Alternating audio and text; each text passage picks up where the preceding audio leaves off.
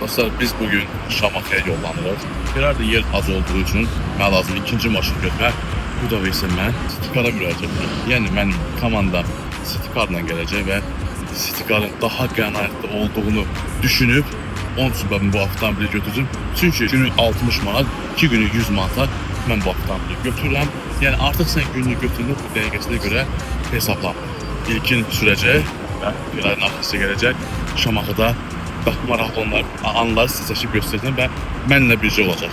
Ferrari'də getməyimə baxmayaraq, ilkin Citikarda heç nə bizdən geri qalmır. Necədir? Deməli dostlar, Citikarda gəlib çıxdı. İlkin necə idi? Bax düz deyirəm. Mən insanlara deyəndə ki, Citikar həm qənaətli, həm də ki çox rahatdır.